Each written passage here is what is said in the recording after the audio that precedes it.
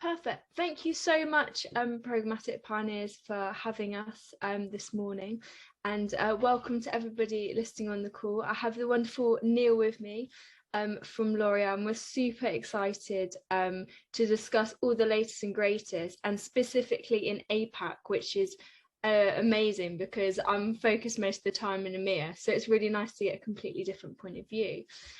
So first want to focus on kind of the digital media ecosystem, Neel, and how that's kind of changing specifically in India, what it's looking like locally, but also how you see the global similarities as well.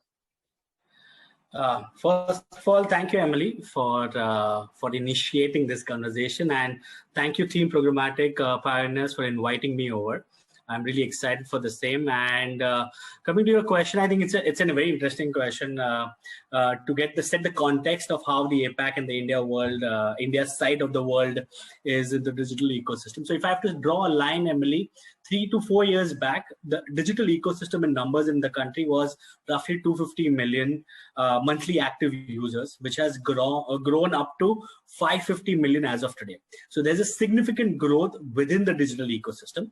And again, if I have to draw a comparison of 3 years back versus now, if 3 years back there were Google's and Facebook were the top two platforms where most of the advertisers were using.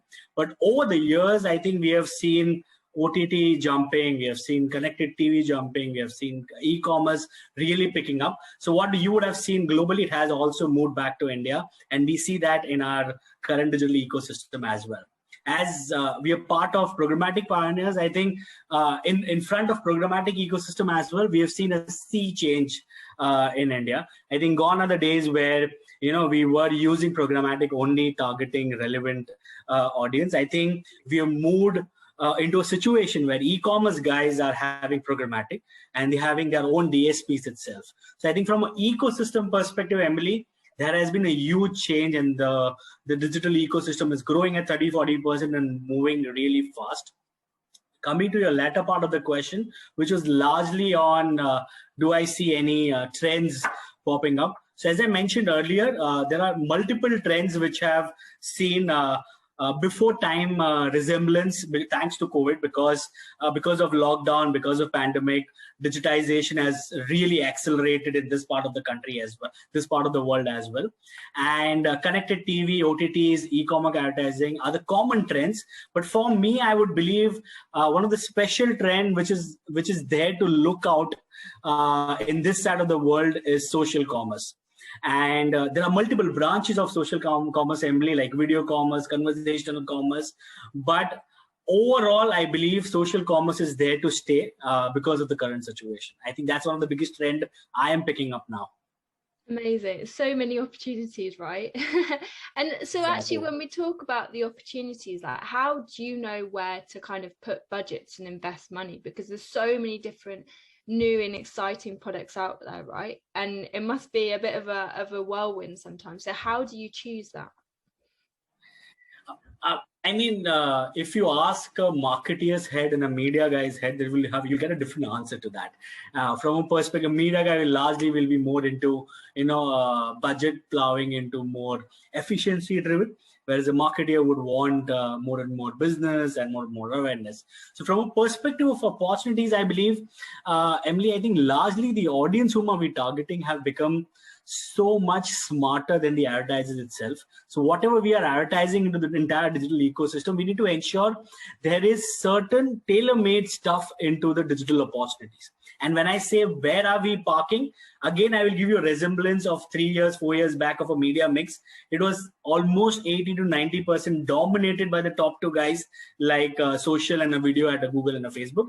But now I have seen there's a huge chunk of a movement where audience is moving into a 70, 20, 10 kind of a scenario, where modeling. So 70% of all our media mix is into the hygiene stuff of reach or objective of conversion or XYZ. 20% into impact, because more and more media is also moving into impact properties. It could be either in the form of a YouTube masthead, or either in the form of the biggest cricketing tournament of the world, which is IPL in the country, or maybe either in the form of a takeover of a newspaper homepage or something like that. So 20% is into impact, and 10%, I think most of the advertisers today are following the concept of doing something new and innovative, which they have not tried and tested in the past. And this new innovation ranges in the form of trying and testing OTTs, trying and testing connected TVs. All of these new stuff are limited in nature, but at the same time has a significant impact from a brand's objective. So if you ask me, is there a playbook of implementation? No, it is completely dependent upon the brand objectives, how they are implementing. Amazing. That's really good to hear. And so you just mentioned actually CTV. I'm really interested to kind of hear how L'Oreal specifically looking at CTV. Are you looking at it as a completely different platform to TV, or are you looking at as something that is a part of TV but just online, which it is? But how does your team look at it?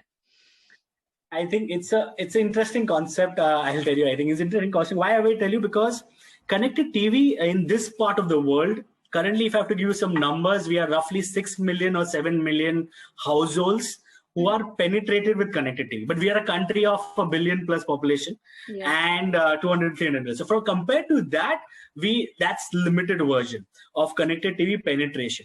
But is connected TV competing with the digital ecosystem, or connected TV competing to the offline TV? I think the answer right now, I would say it is competing to the offline TV for multiple reasons of connected TV, which is having a limitations. For example, the basic concept of digital is to target the consumer on digital with the entire prototype of a consumer I can understand. So I know Emily and what Emily is buying, what are Emily's interest, and that's how I'm targeting Emily. But end of the day, if Emily is connected to a TV, and India as a country is largely of a one TV household kind of a concept, that particular connected TV is watched by the entire household, entire family, which is the husband, wife, kids, parents. So the concept of sharper targeting to one individual goes for a toss, and hence connected TV in India is currently competing against the offline TV, which is doing a similar job. That's one of the reasons. Second reason, I also believe connected TV in the country is fairly growing its path from a reason of a measurability as well. So if you see in the digital world, most of the advertising is parked in any of the pattern where there is a ROI of measurability. Currently in the entire system of programmatic also in connected TV, it's very limited. There are not opportunities for doing a programmatic TV buying because of the numbers are currently smaller right now. So I believe that 2 to 3 years down the run, when the 6 million moves to a 20, 30, 50, 100 million, there will be investments from platform owners into measurability, which will result into a larger ROI from a connected TV perspective. So it's definitely one of the trend which most of the advertisers right now are looking at it, but currently it's been used in a very limited form. Amazing. And it's good to hear though that you're definitely jumping in and giving it a try as well, which is, I think, the same in EMEA, right? Like we're all kind of trying to work out where on earth it sits in terms of investment. So that's really good to hear. Now, I want to obviously speak about kind of, you mentioned advertising, you mentioned ROI. There's a big focus on kind of click-through rates and also like prospecting when it comes to advertising. And when we kind of take our advertising hats off, we kind of see this relentless targeting across the web of adverts popping up everywhere and anywhere. And obviously that's kind of caused clickbait a lot of the time on some publishers. And I want to understand, so L'Oreal is such an incredible brand. You have a great brand affinity to your audience. You have people that will stick with L'Oreal whatever happens. I really want to understand like how L'Oreal makes the consumer kind of enjoy their experience when they see advertising, and how you can make ads more relevant to your users.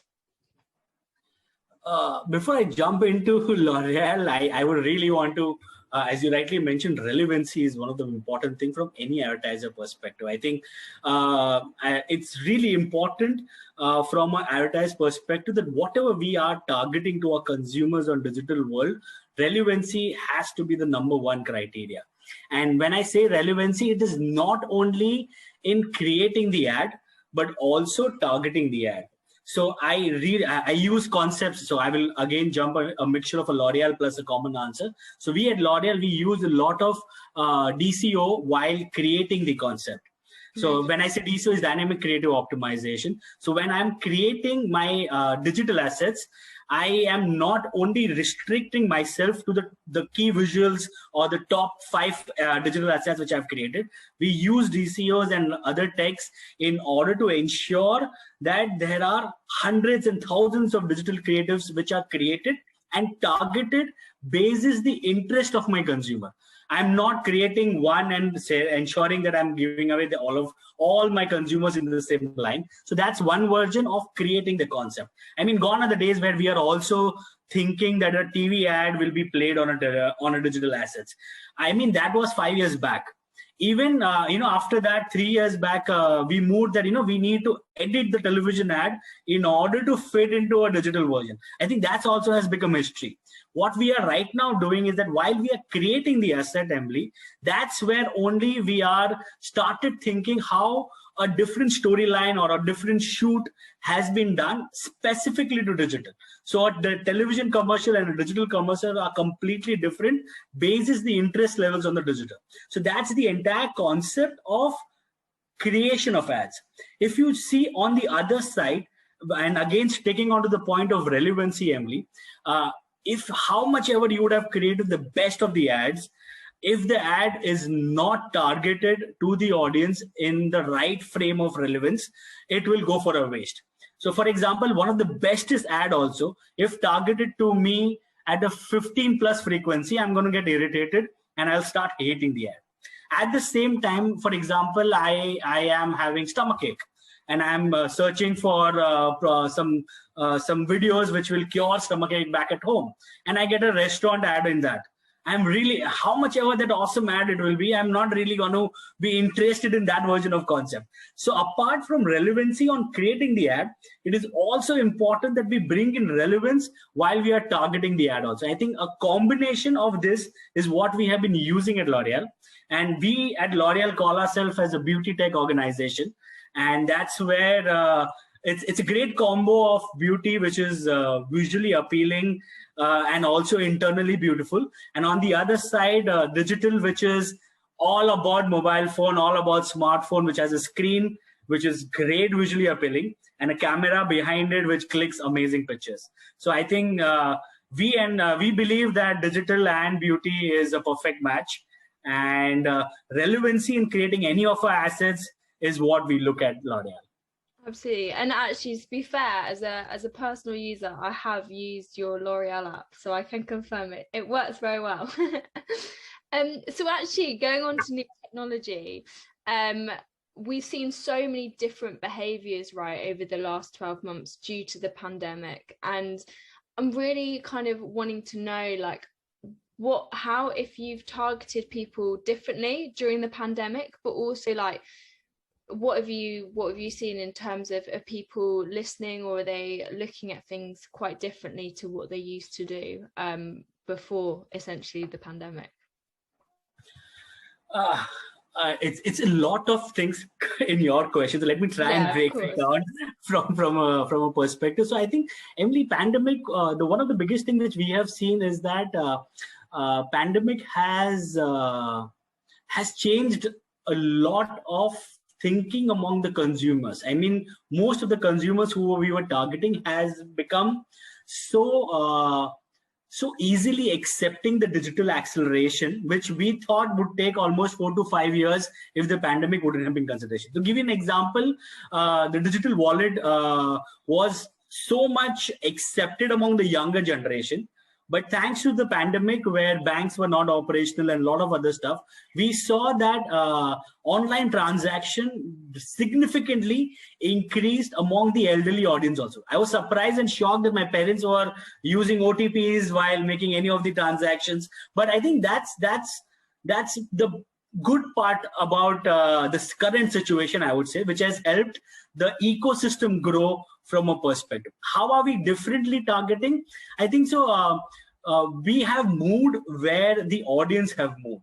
So during pandemic, when there was less content produced on television, and there was no new fresh content on television, we moved monies from television to digital, which had new fresh content, new audience sparked. So that was one of the reasons we moved monies from television to digital. Second, I also believe that we also started thinking more of business first and brand second. So from a perspective, I always, for any of the campaigns, any of the brands, would keep ROI at the back of the mind. For during the entire pandemic, the ROI started coming in the front of the mind. I mean, every investment what we were making, we were questioning ourselves, what is the business ROI we're going to come out of that particular? And hence, more and more things towards commerce on social, or commerce on e-commerce, and a lot of other stuff started taking steps ahead. I mean, all the out of home really saw backseat because people were not traveling. There was nothing investment. So from a media mix, we definitely moved into a situation which is more digital skewed. But at the same time, pandemic has also helped us creating more and more stories on television, because it started becoming cheaper. Because as the content was not available, things were really not so expensive and impactful on television. The television overall inventory started becoming far more cheaper compared to the digital as well. So overall, we moved towards digital, Emily, but I think ROI took the front seat for most of our transactions. Amazing. That's so interesting as well. And one thing I think that we haven't addressed yet, which is obviously quite a big topic, especially in the next 12 months, is around first party data. And I'm really interested to see like how L'Oreal deal with data and kind of what you see yourselves doing kind of when third party cookies disappear, which they inevitably will in the next 12 months. This is actually awakening the elephant in the room. I mean, this question for most of this question is largely important for most of us, and I will be as transparent and honest from a perspective on a larger advertising fraternity. I think one of the biggest concern to most of the advertisers, I'm going to echo to all the advertisers who are going to listen to us, is the wall gardens for some of the biggies in the digital world. And these wall gardens do not pass back the data to the advertiser in order to understand them to create the requirement of their own audience. I think that's one of the biggest reason why first party data is going to become more and more important. Another reason why I believe first party data is taking the front seat is because third party cookies are dying. I mean, we heard the news of Chrome a few years back. We are listening to the GDPR and the new privacy laws which are being implementing across the globe, and even the recent battle of iOS and new updates which are following. And because of all of this reason, we know that the first party data is going to become more and more important. And I believe at L'Oreal, and we believe at L'Oreal, that first party is largely the king of digital marketing. The first party data is largely the king of digital marketing. There were days, Emily, I mean, and why I say first party data is becoming the king is because more and more advertisers are moving to D2C. So if you believe first party 2 years back was only important to data heavy organization, either a telecom guy, either an e-commerce guy, it was not so relevant to a FMCG guy who was not selling directly to the consumers. And he was largely dependent onto a third party like a Google, Facebook, Amazon to pass back the data and ensure the transactions have been completed.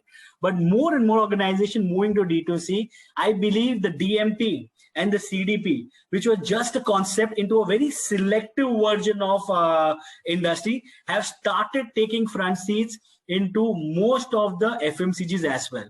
So if you talk about L'Oreal also, we are moving into the direction of CDP and DMP, where we know that 2 years, 3 years down the run, first party data is going to be the base for all our advertising.